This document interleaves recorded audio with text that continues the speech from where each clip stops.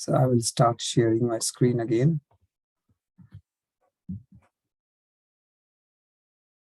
Okay, and I hope everybody can see and hear me. If not, just message it in the chat, please.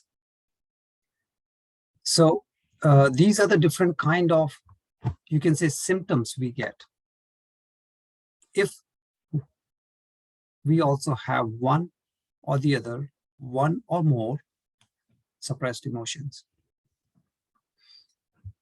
Now, why it is so common? Because of human incarnation. We have our life. We are not, living in isolation in Himalayas kind of thing. We are in family setting, and within family setting, there's all kind of issues going on around us within the family, neighbors, workplace, and then we end up having some kind of emotions on daily basis. And then if we don't deal with it, it gets locked. Now, we go through schooling, high school, university, but they will teach you all kind of advanced topics. But most of the time, they don't even talk about fundamental, that yes, you will have emotions, how to deal with them. What does it mean by having suppressed emotions? How to take them out? What to do to avoid all this so that you don't have issues in your life in the future? So if we really see we can see from different ways. So if we look at different elements, you may see some different way of expressing, but ultimately it comes down to the same thing. So you may look at different organs and you will see, okay, which organ is related to what kind of emotion. That doesn't mean that it is the only, but what it indicates is the most common one, more important one. And different literature, you may find slightly different ways, but at least you will see as a bulk. When we are talking of lungs, we are talking of grief, large intestine, grief, sorrow, even thyroid.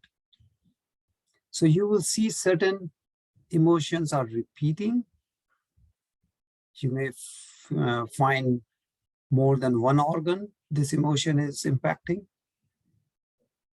When we talk of liver, primarily we are talking anger, arrogance. When we are talking of kidney, we are talking of fear or depression. When you talk of sacrum, again, fear comes, depression comes, spine, anxiety, spleen, worries.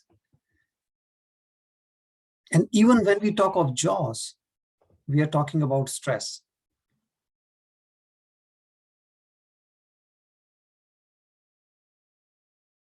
So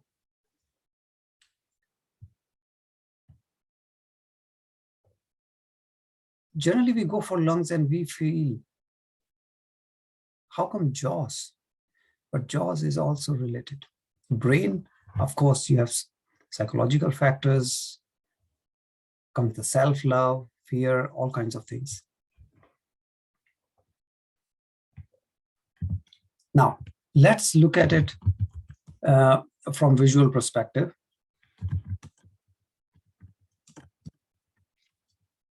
So if we look at, again, different part of the body, why different emotions are attaching themselves to different part of the body? There is a logic behind it, and based on the frequency, based on the energy, there is a direct correlation. Now, in certain cases where we have overlap, this is where you may have to do your own digging. That's why it is best to do your own interpretation, your own situation, and you will see, okay, what is my situation? What is, in my case, the most, you can say, the strongest emotion or most common emotion. You will have to do some kind of your own homework. And then you will find that, yes, if you have a lot of tension, you may feel certain issues in your neck and spine.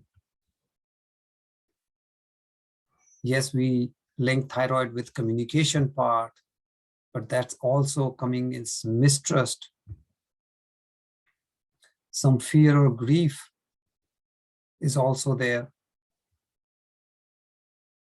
Liver, sometimes you have major issues with liver, and then rage, anger, arrogance, these kind of things comes into. So what happens is, or why this topic is important, because once you understand, you can connect the dot.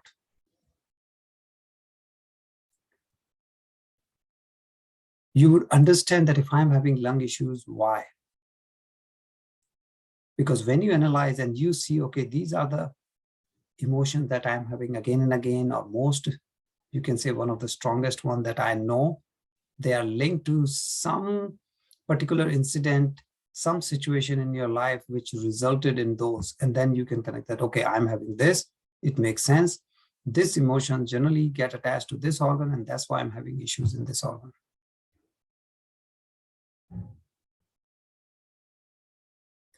We talk about guilt, shame, pain, trauma, all those things which we all go through. And then you will have certain elements which will guide you what to work on, which tool to use in your specific case first, because it's not like you're gonna end up, doing everything. It will also help you if you understand that anger is weakening your liver, then you have to work on anger. And then you may say, okay, meditation works beautifully with anger. It makes you calm. Slowly and slowly, it gets anger out of you. And if you are having liver issues, that should be your first priority. No jealousy. Don't try to get into that, action reaction mode. If this person this to me, I will do that to that. No, you may think you are doing good, but actually you are hurting yourself.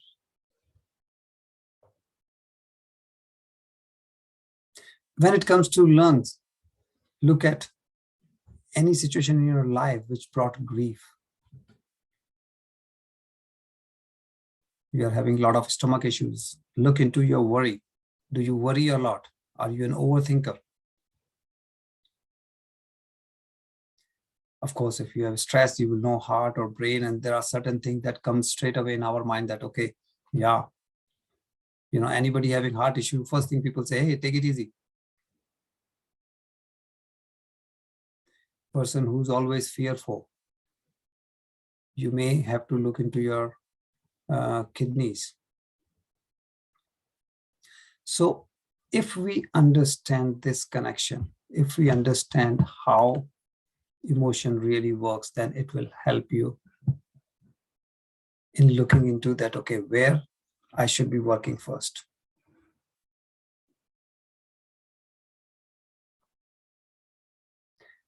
Now let's also look at the emotion code chart, or again, these are different authors, different masters who may have categorized it slightly differently.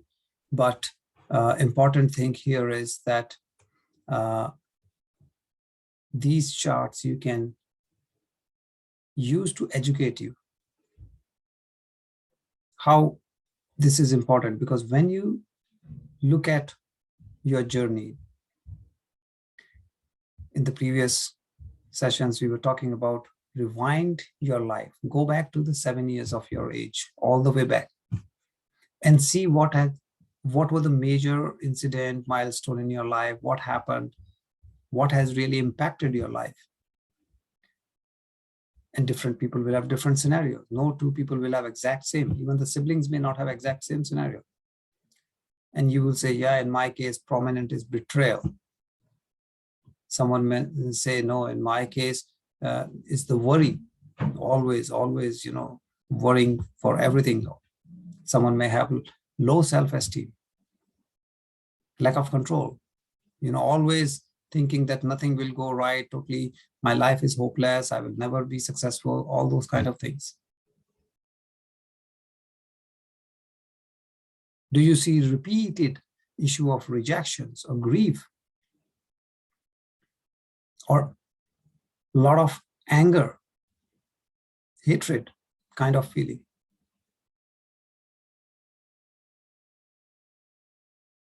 If you have always blaming, you're always fearful, you're always unsupported, that's your feeling.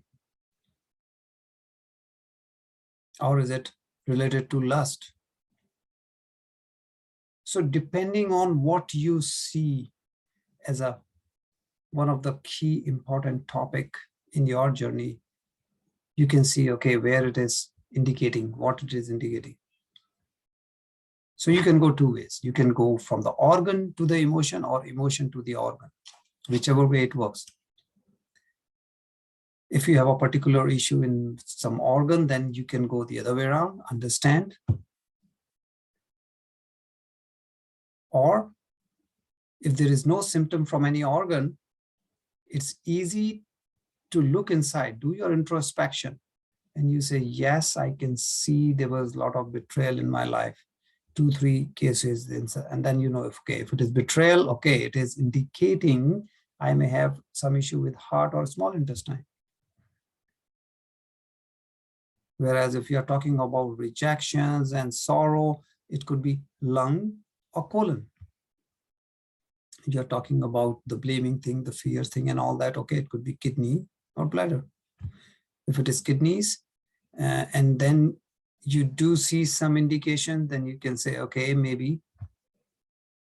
Now, it does not mean you should be fearful and start feeling everything is wrong. Don't get into that negativity, right? It is just that how you connect to improve.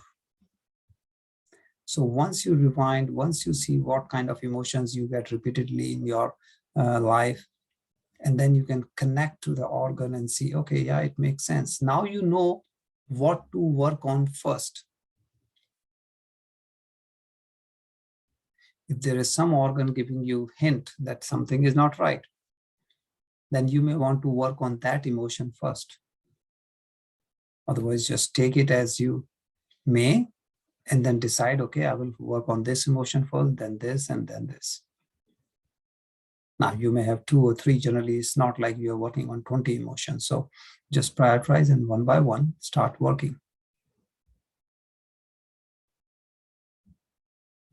Again, the tools you already know. We have had discussions on those basic tools, and we'll talk about them one more time in the sense what to do when. But the point is, when you connect these dots, now you know why you are learning meditation, why you are learning pranayama, what is the use of affirmation, visualization, gratitude, forgiveness, and all that. Now you can connect. So there is no, unknown or no a situation where you can not connect something, where you are totally in dark, that I don't know where to go, where to start. You can start with an organ or your life. Life, you know what has happened. So it's easy to dig from this perspective and then start seeing where it's connecting the dot. Now, you may have come across stress, anxiety, tension, like we were talking before. And you may wonder, are they not the same? And different emotions that we have talked. Some could be confusing in the sense you may feel that it's all the same. Why to differentiate? So if in your particular case, it is pointing you towards a specific emotion, then you can dig a little bit deeper. I mean, in today's world, it's so simple. Just Google it. You'll find a lot of easy definitions, easy explanations that you can understand. Because if we talk about stress, anxiety, or tension, because this is very common, most of us one way or the other, one time or the other, has gone through this or has experienced this. Because stress is our body's response towards the environmental demand.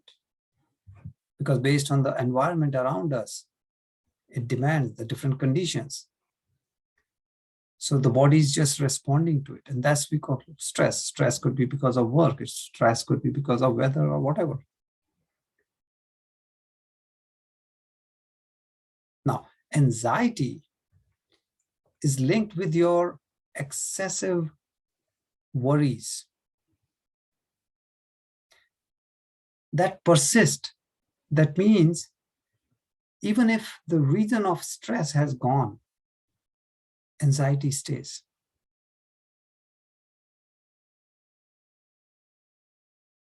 So say, for example, right, if it is weather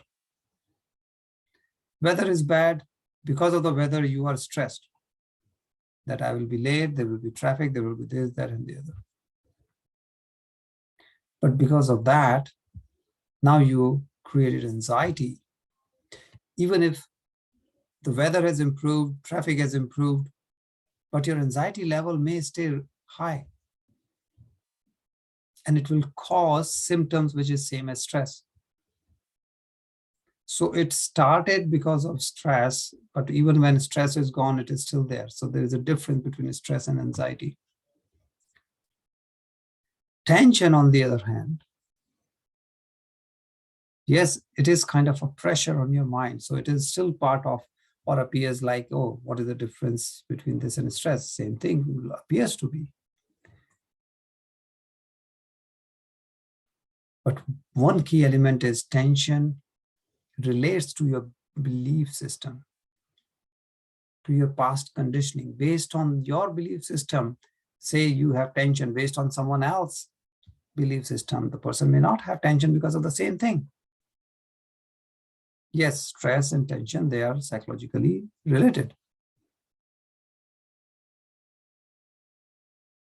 Stress is body's response, as we said, whereas tension occurs after the stress. So if we understand these slight differences, then it will be easier for us to really work on that.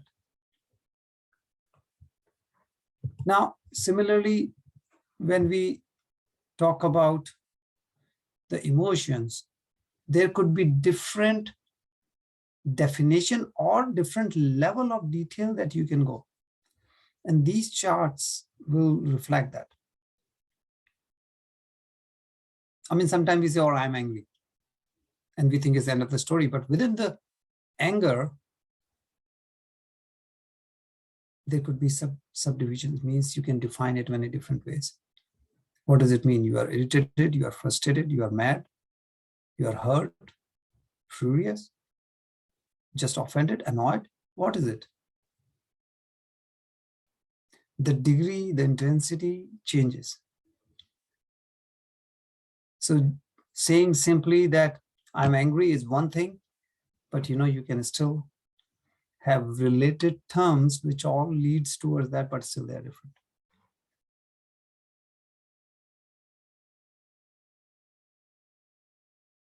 Same for anxious, sad. Same thing you can say for confident, happy, or content. So not just negative, we are talking negative, positive, both. Similarly, if you see it in a different way, you can go 2 levels deep.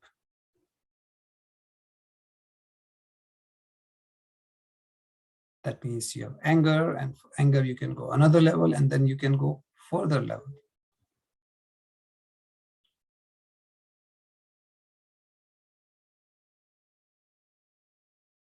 So you have anger, you are hurt. Now you can say I'm devastated, or it can be embarrassing kind of thing. You're embarrassed, or you're threatened, so you're jealous, insecure. What is it? The more we can pinpoint, the more we can relate. Now, does it mean we should be really taking it like a microscope and going, well, it all depends on your need. It all depends on what you are going through. It's just that if we understand the subtle difference better, you can work on it better.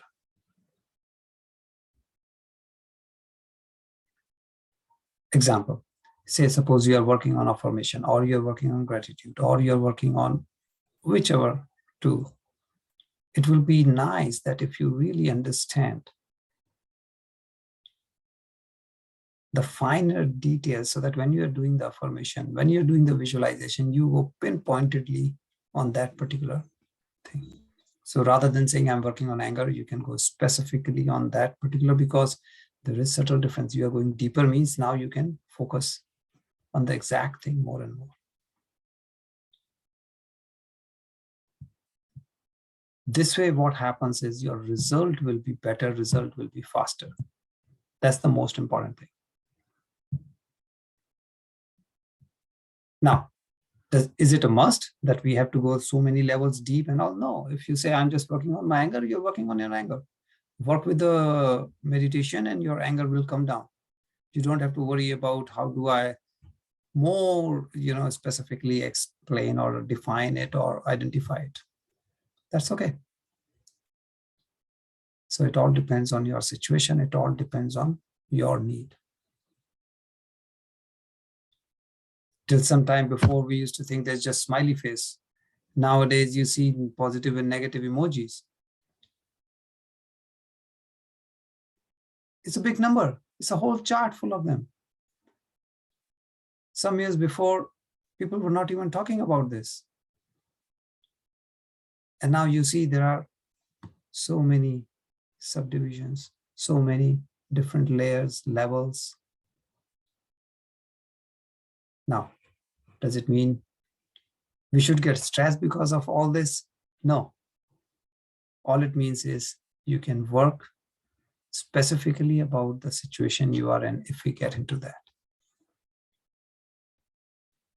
So let's look at it again as a key point that, okay, what does it mean? This emotion. So disease is caused by guilt, trauma, suffering. This we know.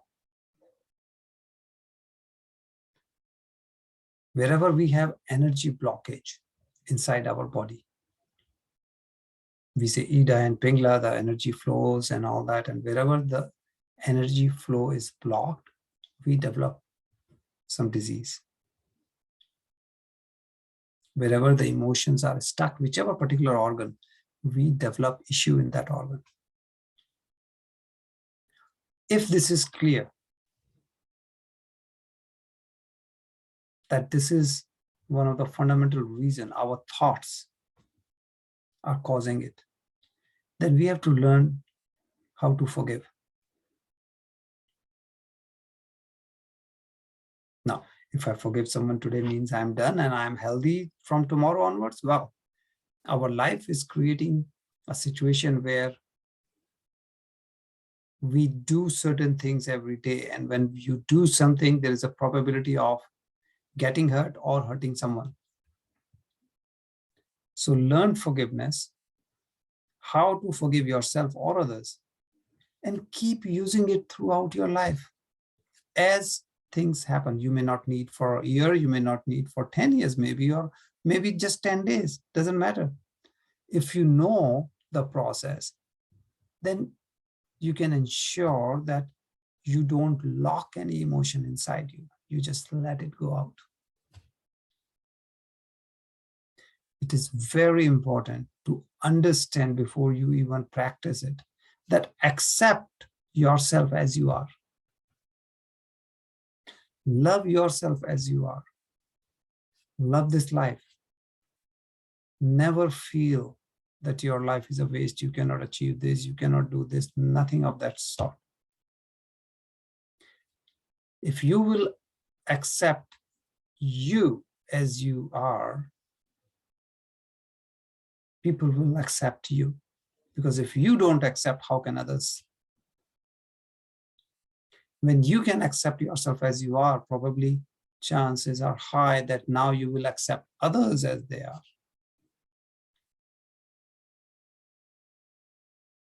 Gratitude is a must towards life and others, means for you and for others on daily basis. It is not one-time deal. I feel gratitude today for the whole world and that's it, I'm done. No. This is one of the elevated emotion. This is one of a high energy emotion. You want it on daily basis. Now, remember, when we take allopathy, any medicine, how does it work? That medicine, whatever the chemical is, it goes inside our body, and in the cell, there has to be a receptor for the drug. Only when that element goes in that receptor, the body says, okay, I got it. Now, if this is the case, and this is as per science, this is how allopathy works. You take some medicine, it goes, and our cells have different receptor. It goes in that, and it will do whatever it is supposed to do, whether it's a pain relief, whether it is, any kind of heart, lungs, whatever is related to. So the question is, if this is how it works, how come we have receptors for every drug in our body? Even the medicine that we have never taken before, the drug that you have never taken before. How come you have receptor already pre-built? The reason is because your body, your brain, your whole mechanism between all the glands and all the different organs as a unit, our body can produce any chemical that we get from outside as allopathy. And that's why our body has those receptors inbuilt. And if that is the case, then we come down to, again, what we preach, what we say, believe in it. Aham Brahmasmi. I am the universe. I have all the powers. I have all the knowledge. I have all the wisdom. All I need to do is tap it, accept, feel it, find out, use it. 95% of our behavior is coming from subconscious mind. We have talked about it a couple of times. If it is coming from subconscious mind, if these thoughts are causing all the different issues in different organs, how to overcome any specific organ, any particular emotion? Well, affirmation. We talked about it. Simple yet so powerful tool. Visualization, it goes along with affirmation. Meditation, of course, it will bring everything together, and there is nothing where meditation doesn't work. Things may take more time, certain things may take less, that's okay, but meditation works. Whether you do 15 minutes, 1 hour, 10 hours, depending on the need, depending on situation, depending on age, many factors. But it works. Doesn't matter you do 15 minutes or 5 hours. Yes, the degree may vary, the level may vary, but it works. So if we understand our body, if we understand the starting and ending point of an emotion, that means based on the emotion, we know in which organ this kind of emotion gonna go and get locked. And if you have that kind of emotion, then you can predict, if I continue the same way, my thought process remains the same, then I may have issue in this particular organ down the road. All you have to do is think about your thought process. If you don't want to accept that you will be, having issues down the road, you have to change your thoughts. Now, what other tools you can use in changing it? We just mentioned, and you know them very well by now. Affirmation, visualization, gratitude, forgiveness, pranayama, meditation. I mean, these are the basics, simple, what we call the pyramid of meditation. These are the foundation. Keep doing it, keep using it, and stay healthy and happy. Doesn't matter life takes you where, doesn't matter what kind of people comes in your life. If you know how to apply these tools, you will be good. Why? If anything happens, either you'll forgive yourself or you'll forgive others. Depending on what tools to be applied and when, If you know it, you have done it once, you can do it over and over again. You will stay out of trouble in terms of mental, physical, or any kind of emotional health, because you're resetting your button on daily basis or as needed. So masters, this was today's topic on emotions. If you have any question, or you want to share your story, your some incident or anything, your application, please feel free to join.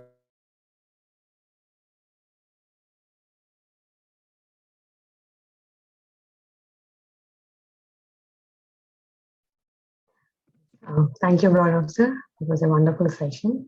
Yes, Ramesh sir, please can unmute and talk.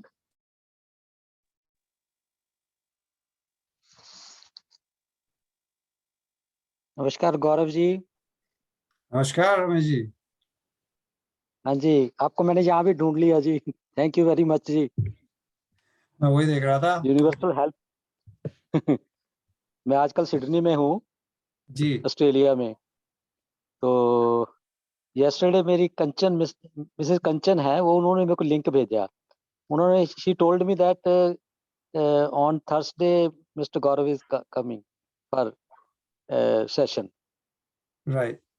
तो thank you very much, आपका यहाँ से भी मुलाकात होगी। और one thing I share with you, I have used your all old YouTubes on quantum physics. That is very helpful to me. चलिए, thank you, thanks for sharing. आपका next session आपका कब होगा? इसी same next week same time, जैसे ठीक है। Okay, thank you ji. या थैंक यू नेक्स्ट वीक आपसे फिर मुलाकात होगी Ramesh ji. Thanks for joining. Sure, thank you ji. Thank you. Yes, thank you, Ramesh sir. Upendra sir, yeah. Namaskar, Gaurav ji. Thank you so much. Very interesting topic about emotions. One question I have is that when you talk about self-love, and how is that different from what people describe negatively narcissism? So they talk about if you are narcissistic, which is a negatively looked at. I know self-love is different from that, or how do you explain that? See, when we say self-love, Upendra, we look at the positive element of believing in yourself. That's it. That means I do not have any kind of negativity around myself. I do not feel lack. I do not feel there is, no relationship. There is nobody for me. Nobody cares for me, or I cannot get this, I cannot get that, or I will never achieve this, never achieve. All those kind of low self-esteem, low confidence, and all those negativity is not there. When I'm in love with myself, means I believe in myself. Does not matter my title, my position in society, or anything. The way I am. Doesn't matter what is my belief system. Socially, religiously, anyway, whatever I believe in. But I love. I don't hate my life. I don't hate myself. So this is self-love, that I believe in myself. I believe in the universe. Now you may name it anything, but we just say universe. And if you want to call by different names, feel free, no problem. But that's what the self-love means. We understand, and like we keep saying, Aham Brahmasmi, which takes you there. That means, yes, everything is in me. I just have to find it out inside me and make use of that power to make my life more blissful. So it's not ego. It's not kind of, you are going against someone to prove someone. No, this is not that side of the feeling self-love or self, arrogance kind of thing. But it is a matter of understanding that I am part of the universe. I have every wisdom that I may need inside me. Just look inside and I can get anything. I can become anyone. that is how we take it. Yeah, thank you very much. I think when you have that self-confidence, and it brings a lot of, when you believe in yourself, it brings a lot of self-confidence, and it shows that you believe in yourself, because you don't have to depend on somebody else to say, okay, you are good, and I think you are good, and you can accomplish things. I think probably that's where you are leading to. Thank you very much. Absolutely, Upenji, because one thing good that you touched here is, which is related to, I must link it to the social media nowadays. People look for affirmation from others before they believe in themselves, which is wrong. And that's exactly what we are saying here. You don't depend on others to praise you for you to feel you are worth. No. Thank you. Thank you so much. Thank you, Upenji.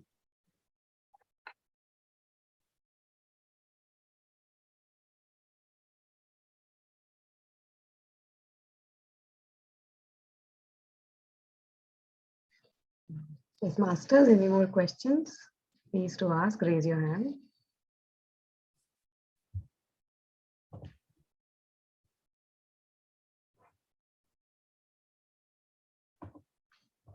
Yes, Vinya ma'am. Namaste, Gaurav sir. Beautiful wisdom sharing there. You were talking about emotions. I was thinking, so when we, let's say I'm handling anger, but do I need to understand the core emotion behind it? Like, because most of these stem from each other, right? So there may be jealousy on top, or there may be attachment. I don't know. So do we need to address that, or just handle each emotion as it arises? So, Vindhyaji, it's a good question, actually. I would say go only as deep as you can handle. In other words, keep it as simple as possible. For example, if you are comfortable and breaking it down, going, like we were talking about, the first level, second or third level, means defining it more and more, means narrowing it down more. And if one can do it, fine. If not, if you say I'm angry and you want to stay with that level, stay with that level. You don't have to dig deeper. Because the more we dig, the more, depending on, again, which concept you are believing in, because then it comes that, okay, which are pure emotions and which are, combination of it. So you may say, hey, I'm feeling, excited, happy, blissful, or I'm feeling, jealous. Is this pure emotion, or is this combination of things? Then it is more of a, debate, or, that kind of academic concept. From a practical perspective, if I'm angry, end of the story, I'm fine. If I can go a little bit more inside to understand, then yes, I can pinpoint my action accordingly. So it depends on how comfortable the person is. You can go as deep as you are comfortable. Otherwise, stay with the level, whatever is simple. Don't make it overcomplicated. Sure. Yeah. If I'm working on myself and in meditation, I was thinking maybe to address the deeper emotion, maybe better. That's why I was kind of checking. If you can dig, if yourself, like if you do introspection and you can find it out, absolutely fine. And you can, yeah, go ahead, finish this. You can make use of these information, these charts, to dig deeper if you like. Yes, yeah, that was. And the other question was, I don't know if I couldn't see the charts fully, but so something like fake it till you make it. And you also talked about opposite emotion, right? So if I feel anger, think of happy. Will that work on overcoming? And I mean, obviously, gratitude, all those release better, hormones in us and make us feel better, right? So I'm just trying to understand the body language. Like if I smile, will that also help? Like, automatically change my attitude? Because I don't know much about how the body works. I'm still learning, but I do understand every time in meditation, you mention also, I think, when you smile, it's the vagus nerve is, activated. So are there things that we can do that will help us and get us on that path? That's why I'm calling it fake it till you make it, and do those kind of things. So Vindhyaji is absolutely correct. Fake it till you make it, because reason being, so two things in your question. So first is, yes, certainly it works. And the reason it works is your body cannot differentiate that your thoughts, your feeling, your emotions is coming because of the real experience or is just your thought. So what happens is when you are doing affirmation and you attach visualization along with it, you're not thinking about the problem. Say you have anger that you are working on. So your visualization will be that you are a very calm person. You are very happy. That's what you are visualizing. Your affirmation is, I'm very calm, for example, right? You may have that as an affirmation. So now through this emotions and all, your body and the mind is getting the message that you are calm, you are calm. Body cannot differentiate. And slowly you will become calm. Because if every day we tell ourselves, I'm not angry, I'm not angry, we will become more angry, or we will stay with anger. Why? Because every day we are talking about anger, anger, anger. Even if we say not angry, doesn't matter, it's negative. So when we do affirmation, this is one of the 3 P's. P means one of the P's, positive. Don't use negative statement, positive statement. So that is why if you want to get away with anger, your affirmation should be positive. You keep thinking that positive thing, slowly you will become positive. Thank you. Thank you very much. Welcome.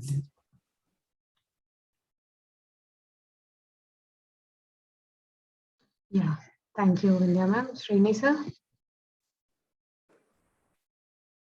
Thank you, Gaurav sir. While I agree on self-love and self-confidence, the other extreme is dangerous. If one is obsessed with that, we become narcissistic and arrogant also. How to manage that? So Shreji, it is a thin line kind of thing, but if we stick with looking inside and then saying self-love, chances are you will be on the right track. When we look outside, that means the external environment, and we talk of self-love, or we say Aham Brahmasmi. Now you may be looking at the society and trying to tell them or prove or compare to the outside environment. You may be saying, I am supreme. Now this is where the danger may be. But till the time we only look inside, there is no competition, there is no nothing. All you are saying is, with respect to the universe, with respect to the soul.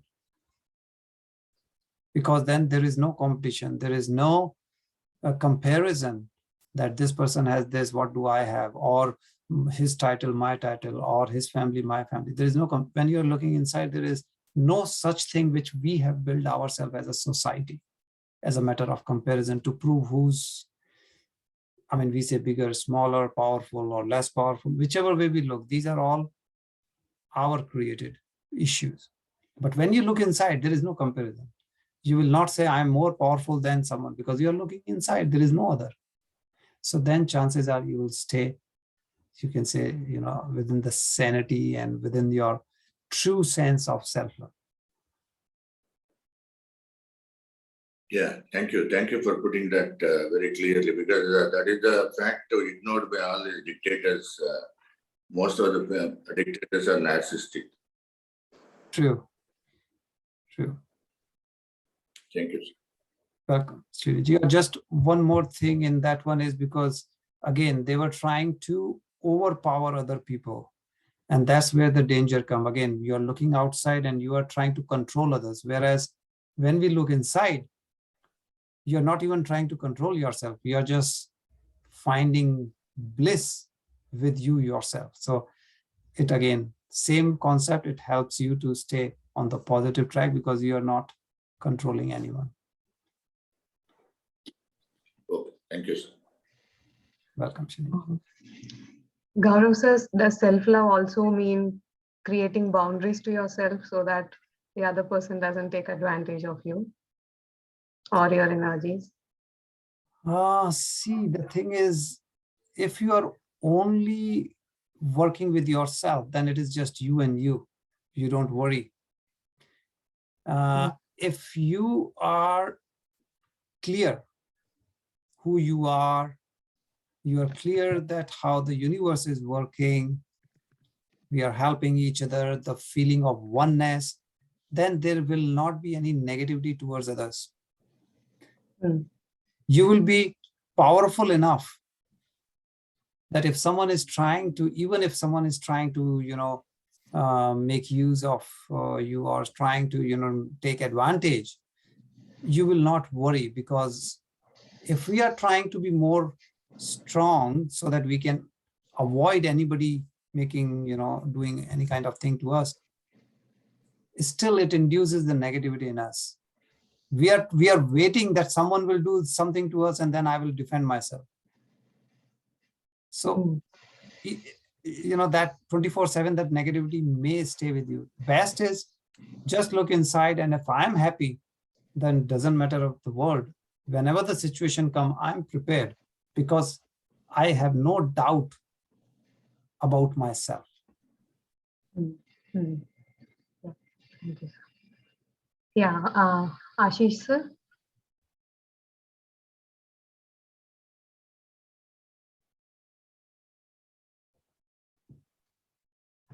Sorry, yeah, I was on mute. So that was a wonderful session, and uh, I have one question. I mean, in fact, two questions which are related to something that you just spoke to the previous speaker.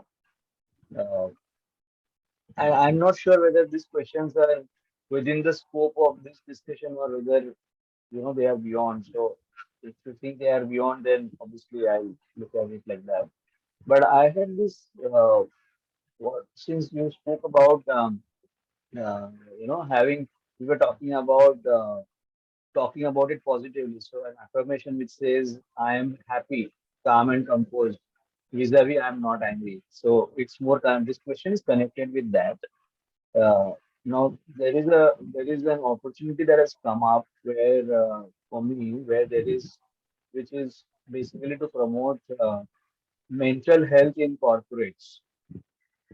So there are two questions that I am kind of that are going through my mind, and hence I am not able to take a decision on that opportunity. Now, one question is that when we are talking about promoting mental health, when they spoke to me, they said, I mean, it's an opportunity where I can be associated with this company at a level. So the question that came to my mind was when they say that, okay, there is a lot of stress and there is tension, etc., and therefore we promote mental health. The thing that is getting in my mind is, are we, when we're talking to someone and saying there is a lot of stress around, etc., are we indirectly, while trying to promote mental health, are we actually promoting stress and other things? So that is one question that is coming to my mind. And the other thing that is coming to my mind is, see, this particular organization has got a whole team of doctors and psychiatrists and psychologists and all of that. And now that I'm practicing meditation for the last 3 months, I feel one of the best ways of promoting mental health is through meditation and this kind of spiritually. Whereas those organizations, there are many of those, they are talking more from a psychology perspective. So then I feel, when we are doing this not through a psychology perspective, because when you talk to a company, it's more from a scientific point of view and not from a spiritual point of view. Then I feel, are we, when we are into that work, are we really, maybe I'm not saying cheating, but are we really talking lies when we are saying that we will handle mental health through uh, the scientific mechanisms and not through spiritual mechanisms? These are my two questions. I don't know whether I've explained them and whether they are can be answered in this forum. So Ashishji, thanks for your question. Now we have time and we will answer both of them. So first is, when we talk about mental health, there is nothing wrong because it is positive, right? We are promoting mental health. Sometimes we say stress management. Now that term could be debatable. Why would you want to manage stress, right? Whereas if we say mental health, physical health, this is still a positive thing. So if we are promoting positive thing, it should be a good thing.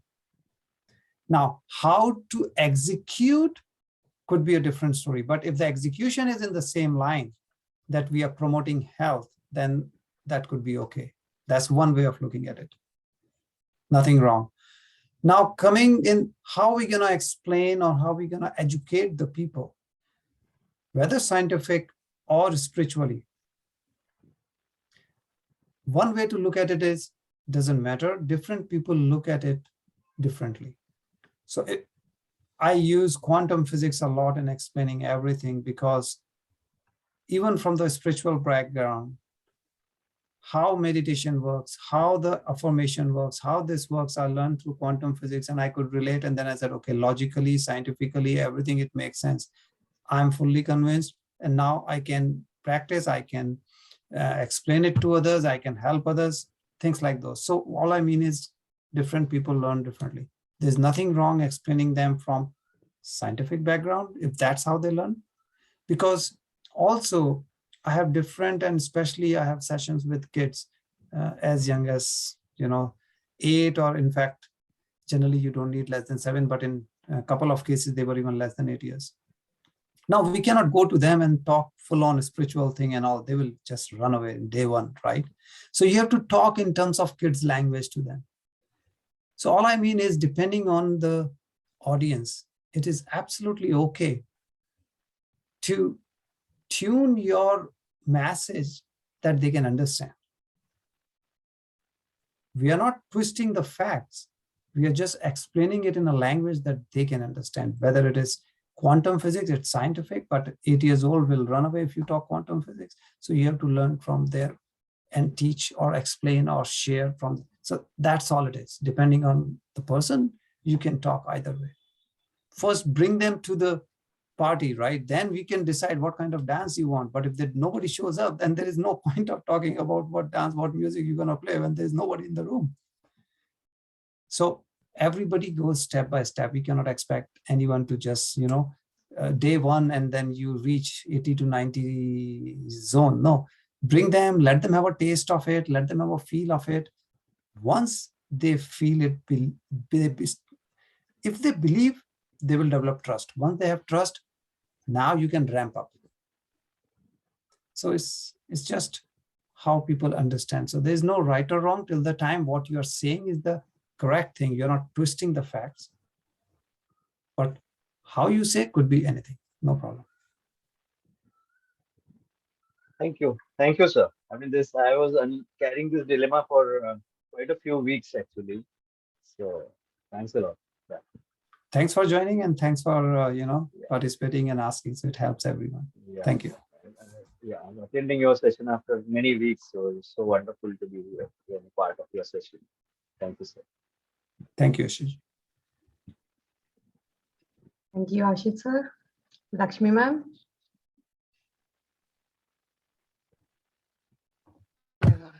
So thank you for this wonderful session. It's always joy to listen to you, and something which anger, I would like to share my own experience. Many a times, from when we, as you said, go back to your childhood. So when I did this exercise, I realized there is an anger which is always attached by the time I'm old enough. But at the same time, people start recognizing you with that. It's like, even if it's been portrayed so many times that the only means of expressing yourself becomes an anger. because you are unable to express in a way you want at every junction from childhood. If we look back that time, what happens is that even if I'm at grief, people will say you are angry. You know, that predominant one of the, emotion got attached to me, even be at a home friend or with your sibling or everything, then that became like, no matter what it is, I'm angry. This is what I started understanding. And now very recently, when I even looked back, or even now when the challenge what I was facing is that I'm angry. The basic problem was I was not able to differentiate the emotions, the first thing. So one has to really know to differentiate, as you beautifully explained. There is a smaller difference, but of course that difference is important if you want to really work. The second thing I realized is that no emotions are to be suppressed. Even if it is an anger, it has to be expressed. The way it has to be expressed is something which we need to learn. So that's where I felt that no one has to overcome the anger. It is to go through it, learn more about anger. So that's where it happened, like very recently, to know anger in different angles, basically. And beautifully, I realized anger is a good emotion because it's been portrayed so wrong every time. Anger is good if you know how to express at what junction, at what intensity, with what impact. And to accept that you are angry, first of all, is the biggest challenge, and then not to be identify always with it. So differentiating it and working through it, not overcoming it, and helping to know anger more better. So I got to know better of myself. So these 3 or 4 points definitely helped me a lot to understand my anger at least. And thank you, Gaurav sir. Thank you for this session. Thank you so much for your sharing, Lakshmiji, and you brought a very good point. Handling any particular emotion is an art, and one has to learn that art. That is absolutely correct. As we mentioned before, unfortunately, in the school, college, universities, we're not taught all this, how to handle, how to manage, how to work on it, how, all those, what it is. And it's like hero or a villain, that kind of scenario, that it is good or a bad. Emotion is emotion. Emotion, because of human being, we have emotion. That's the whole purpose of this incarnation, 100%. Only one thing I would suggest here is, whenever we have anger, we should reflect back. We should do introspection. Why did this emotion came out? That means there is something against which this emotion has come. And once we identify, because as you rightly said, first to accept that you have anger issue is a very big step, because that's where most of the people fail. People don't accept that, they have anger issue. They always blame others. Oh, I'm never wrong. It is the other person who's making me angry. So it's not my fault, his or her fault. But if we take that, doesn't matter what the situation is because of which I'm getting angry, there is something in me that I can improve. Small example. If I'm driving and somebody just cuts me off on the highway, and of course, instant reaction is you get angry, you get upset and all that thing. Sometimes because of weather, I'm getting upset, I'm getting angry and all that. I'm getting late because of rain, snow, weather, whatever. But then we can look and see, okay, why is it making me upset? What is it? We can identify a part in us that we can improve, so that next time, even if the same thing happens, it does not create anger in me. Again, same example of traffic. Okay, I know if traffic is not predictable, I will leave 10 minutes early. So I've overcome, or I've avoided a situation where I know I can get that anger. The reason of avoiding this is anger is negative. It will bring a lot of negativity. It will take a lot of energy out of my body, which could have been used for my healing, but now I'm wasting it. Now, one thing 100% I agree with you, for all masters, never suppress. I mean, that was our first slide. If anger is there, at that time, don't worry about it. Let it go out. The more you keep it, it will become volcano. It will burst one day. Or worse, if it is not coming out, you saw all kind of situation in the body you get because of suppressed emotions. Now, there is a way, a proper way of taking out the emotion without hurting yourself or hurting others. And of course, meditation is one of them. Meditation takes out emotions. Meditation works even on your karmas, of your past life karmas, without hurting anyone. So that's the reason we do meditation, one of the main reasons. And that's how we connect. Why should we do? This is one of the fundamental, because some of the emotion you don't even know you have inside. Once you come into this and you understand, then at least from now on, don't suppress. You know, sometimes we teach our kids even, oh, don't cry, you got hurt, you're a big boy, why are you crying? No, if there is hurt, child is crying, child is doing the right thing. Don't store the emotion inside you, sticking it out. And in the name of society and all, we don't express our emotion. If there is a loss in the family, we are trying to put a bold face and not letting the tears roll our eyes. Why not? You are holding it. Now you are causing trouble for yourself. We are humans. Let it be. It's our society rules in some cases which has really made us suffer.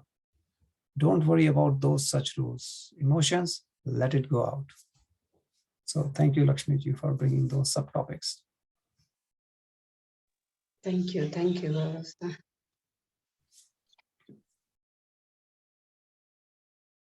Gauraji, again, when you talk about anger, I want to share my story. As a child, and I grew up, I had a lot of anger, bottled up anger, and I used to throw things, all that. But over a period of years, I learned to control my anger. One of the things I learned is that, you were right, you should not suppress your anger. But what I learned is that what comes out of your mouth, once it comes out, you cannot take it back. So that is where that introspection comes into picture, that you have to be very careful what you say, how you say it, and you should not have the intent to hurt somebody. I think when you hurt somebody, it is so hard to go back and taking a deep breath and analyze the situation. And you could be smiling. Sometimes I smile and say I'm very angry because I'm dealing with this particular situation. So that demeanor, I think, is carries a long way, and people appreciate you expressing your inner emotion, that you don't like something, but how you project it and how you express it and how you articulate it makes a big difference. Thank you, Pinchi. Thanks for sharing. And that's true. And see, this is our journey. And if we learn from it, it could be useful for us. And that's what the soul is actually doing in this incarnation, experiencing the emotion and learning from it. So it is given that we will experience emotion. And it cannot be that we will only experience what we call positive or elevated emotions. No, soul is here to experience both sides. So there will be situation in our life where we will have both sides of emotions. The better we handle it, better our life will. So thank you.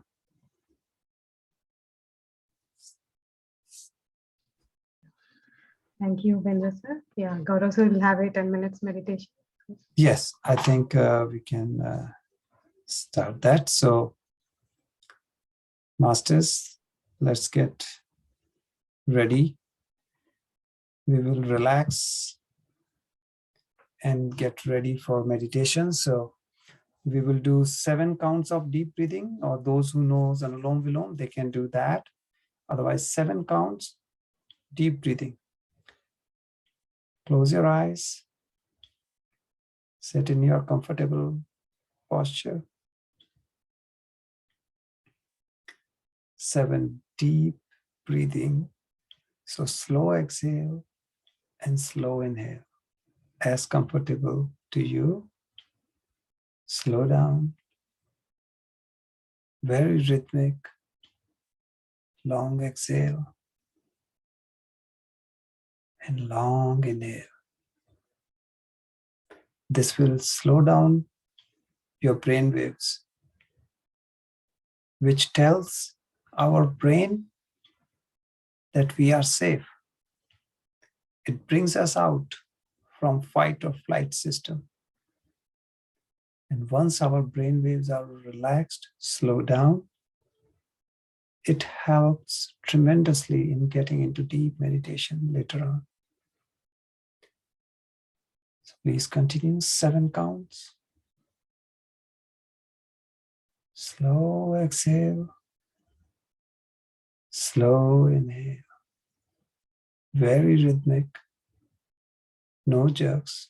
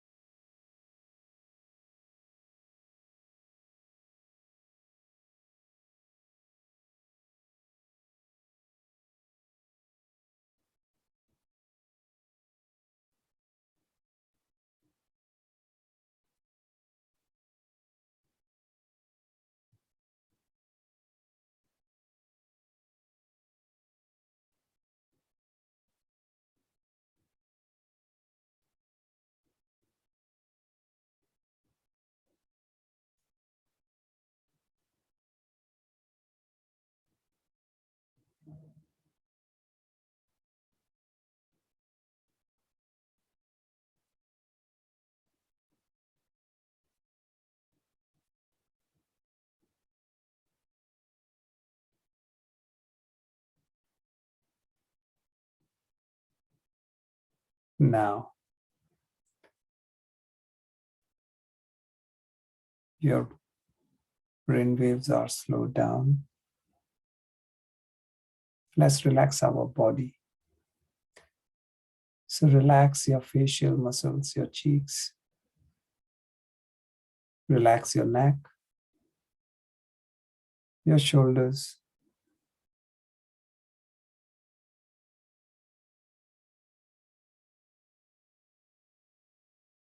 Keep your back straight, but relaxed. Relax your hands, your legs.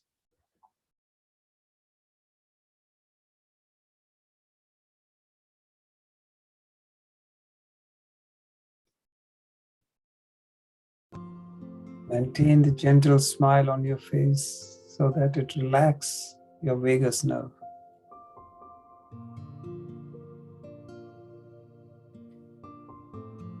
Now, before we get into deep meditation, for 1 minute, feel the emotion, how you would feel when your affirmation has come true. Feel as if your affirmation has come true. So feel how you will feel the joy, happiness, blissfulness when your affirmation has come true. So next 1 minute, just feel it.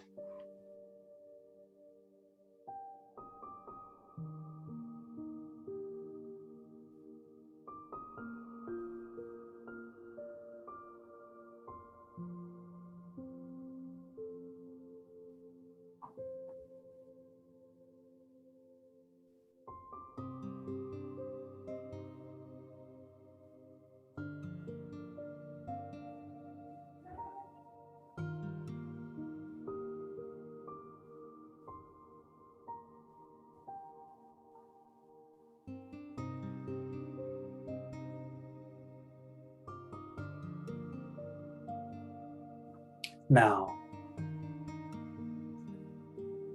let's start observing our breath. Feel it as you inhale and feel it as you exhale.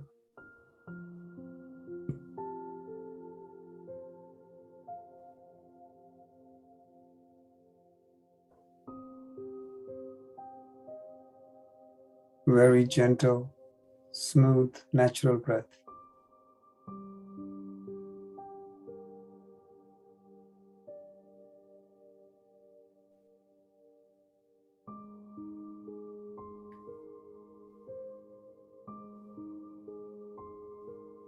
As you inhale,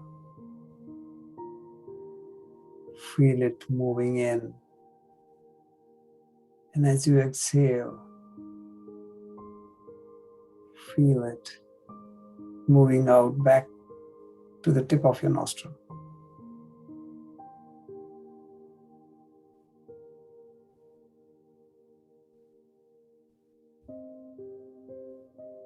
It's normal to get stuck with some thought time to time during your meditation.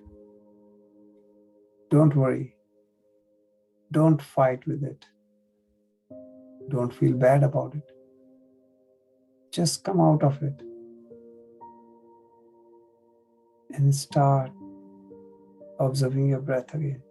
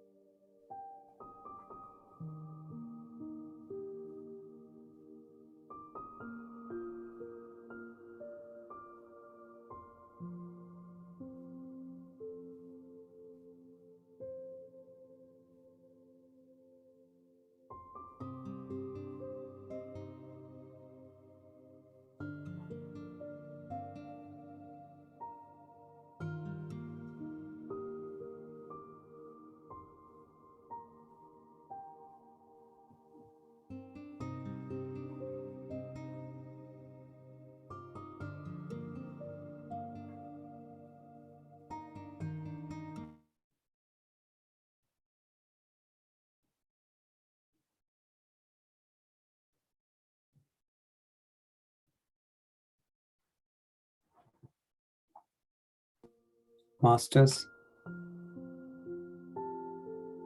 let's rub our palms together and place the fingers on your eyes for 5 seconds. 5, 4, 3, 2, 1, 0. Slowly, very slowly, take the fingers out. Open your eyes and come to your normal self. Come to your normal environment. Take your time, slowly, very slowly, open your eyes.